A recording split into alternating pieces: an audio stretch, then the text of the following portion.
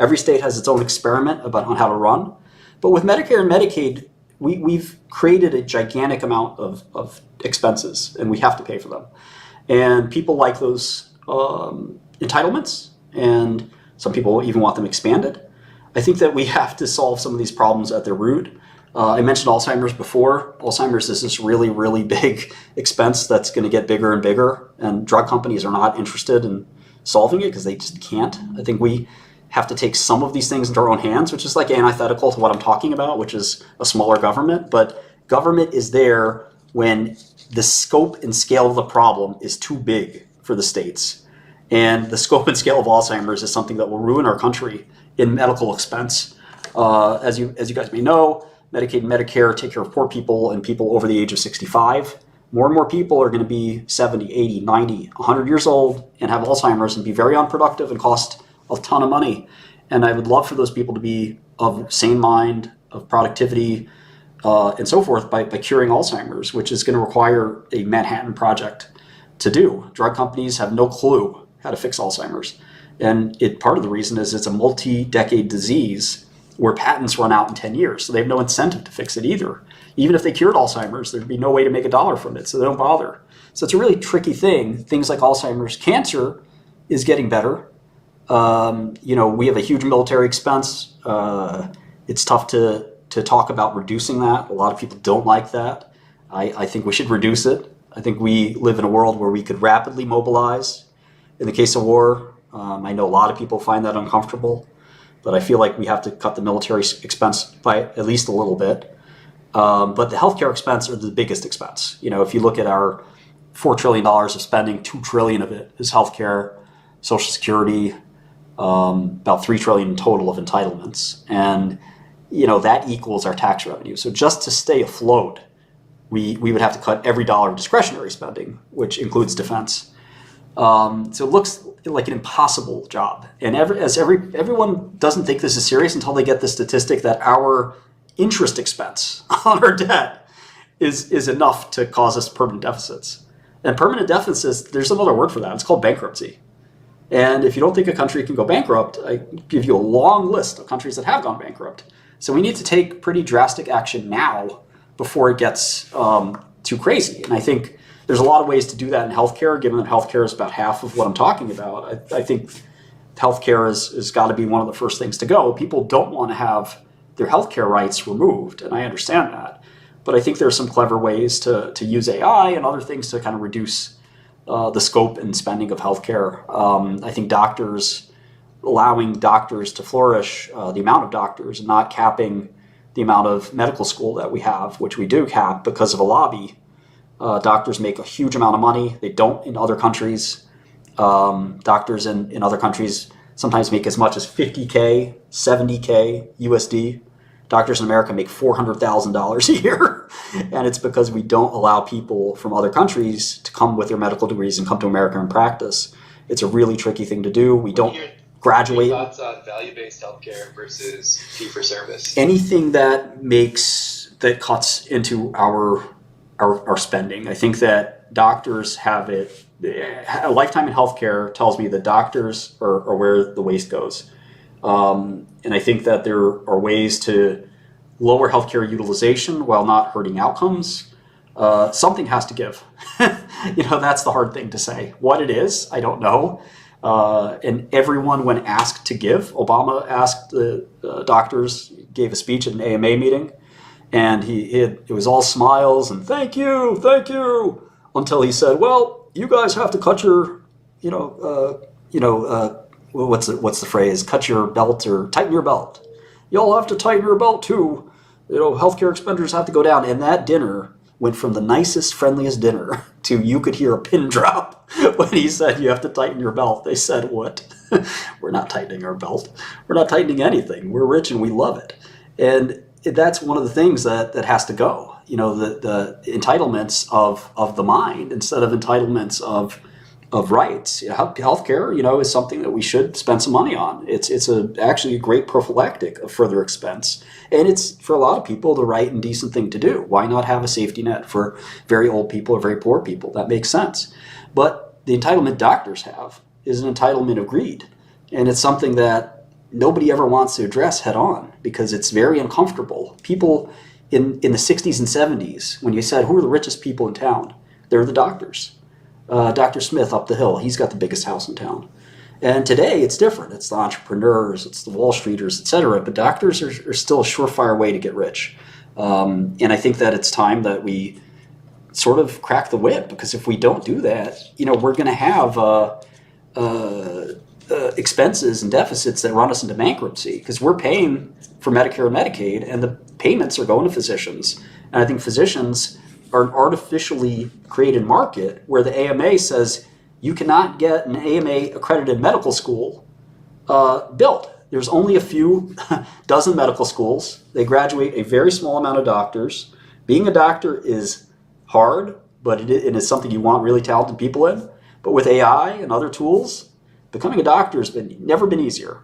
And being a doctor has never been easier. A lot of that work is done by nurse practitioners, physician's assistants, and folks. I want to comment that for a second, Harn, just because my brother's a doctor. I was pre-med, and I was going to go to med school, but it's just so much work. Like, especially when I was applying, it's like at some point you basically have to walk in water to get into med school. And when I was doing should be easier to get published, I also some of the doctors that I was doing research with were also on admissions boards for UCSD Medical School, and I talked to them about a lot of things, and they said that they had so many applicants that were qualified that it was like, sometimes the difference between, who got accepted and who didn't get accepted would be so minuscule in terms of GPA or MCAT score or whatever, because they just had so many qualified applicants. But it's exactly what you said, because the AMA, that's the American Medical Association, for those who don't know acronyms, is so stringent with their accreditation requirements for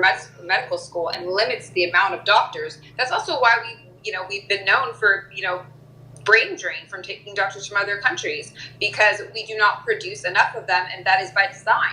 That is by design of the AMA. And, yeah.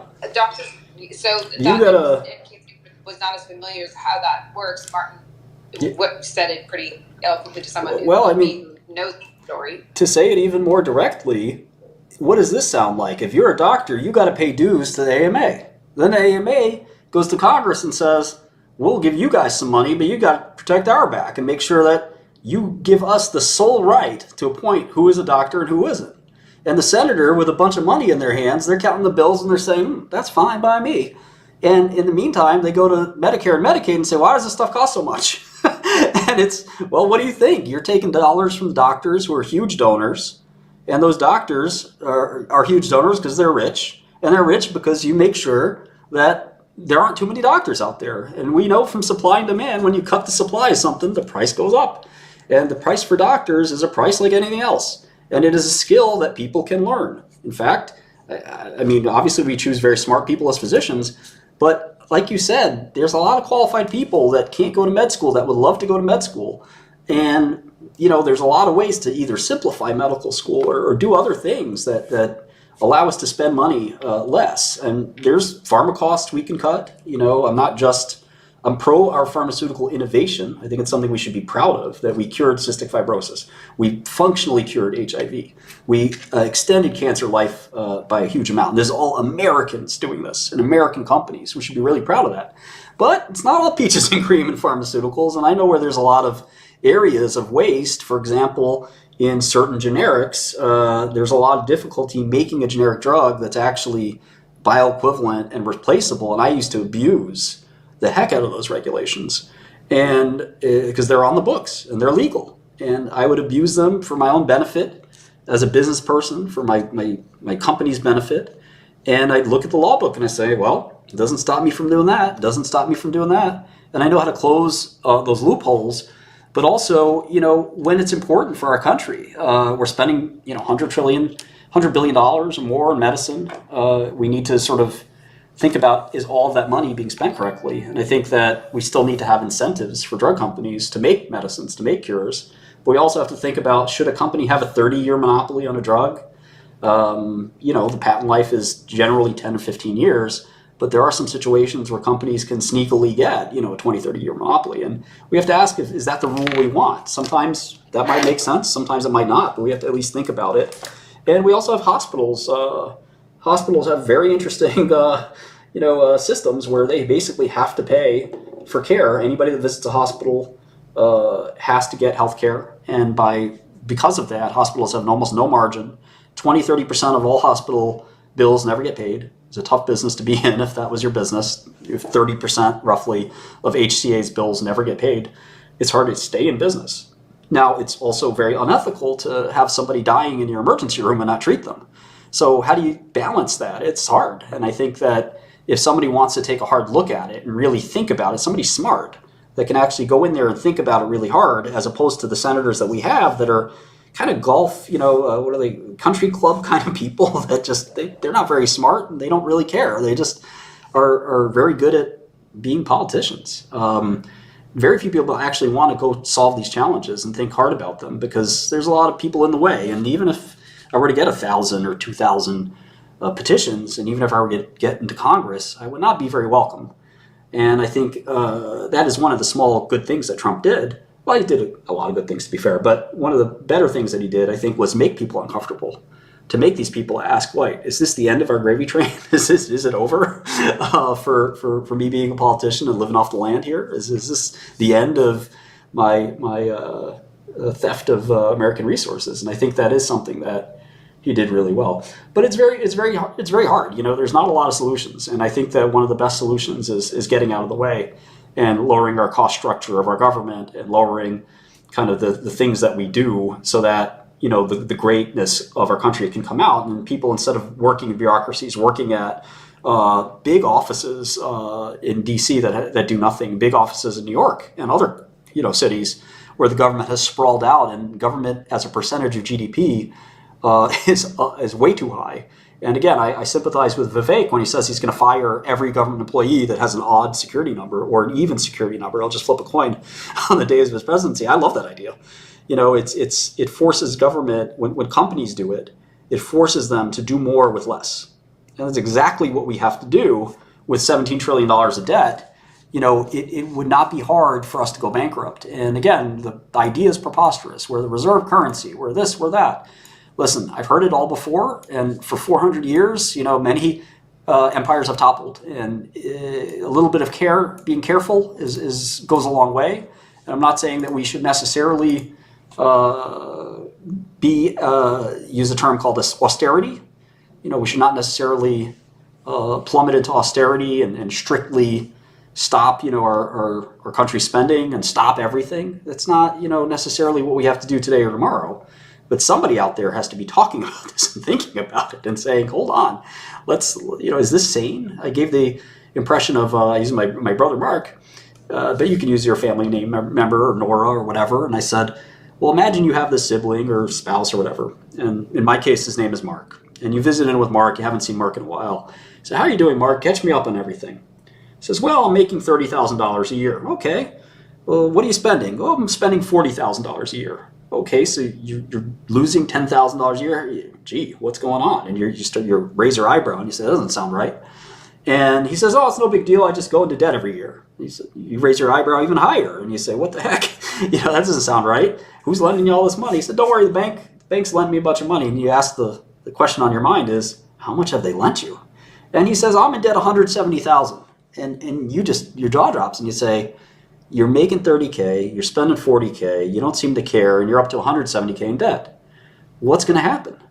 And that's exactly the numbers of our U.S. government. And you would be shocked at the insanity of a person doing that, but we're all blasé about the government doing that. And I think that the government and a person are not the same, and it's a little bit different. But at the end of the day, it does show you the dysfunction and insanity of DC. And there are countries, somebody's saying, oh, well, these kinds of economics don't work for government. The analogies don't work. They do. There are countries that have surpluses. Norway, Singapore, they have things called sovereign wealth funds. We can't even dream of a sovereign wealth fund. We have so much debt. We are so in debt that there's no wealth to manage. It's all debt. Why can't we have a sovereign wealth fund of huge amounts of surpluses from all the goods we make, from all the great stuff we have? And instead, we've got just debt, mountains of debt. And what happens when you build mountains and mountains of debt? Anyone in finance will tell you, and anyone with a shred of common sense will tell you, you go broke. Warren Buffett said, the only thing that results in the destruction of financial institutions is leverage, borrowing more than you have. It killed Lehman Brothers. It killed Bear Stearns. It killed Silicon Valley Bank recently. It's resulted in the destruction of every financial institution in history. And America is not the exception. We can't just borrow money and spend it like nobody's business. Now, I do think we can grow out of this debt. I think we can inflate some of it away. The plan for a lot of people in D.C. is simply to inflate all of it away. And $17 trillion, or $20 trillion, or $34 trillion, or whatever the number is, well, it's not a lot of debt if $1 trillion isn't a lot of money. That doesn't sound like a solution to me. If you just print a quadrillion-dollar bill, all of a sudden you say, well, your phone bill is going to be $1,000 this month, and an Apple is $25, and et cetera, et cetera. Your rent is $60,000. Well, does that sound good to you? It doesn't. And all of a sudden your paycheck goes from say $100,000 a year to $600,000 a year. Well, that's not a solution if your expenses are now $700,000 a year. It's just inflated. And there are other countries that don't have this problem. They spend within their means. Some of them, God forbid, even save. Like I said, Singapore, Switzerland, Norway, they've figured it out. They found a way to balance their budgets and even squirrel away some money just in case. Turns out that that's not such a bad thing. So why can't we do that? And Sam Altman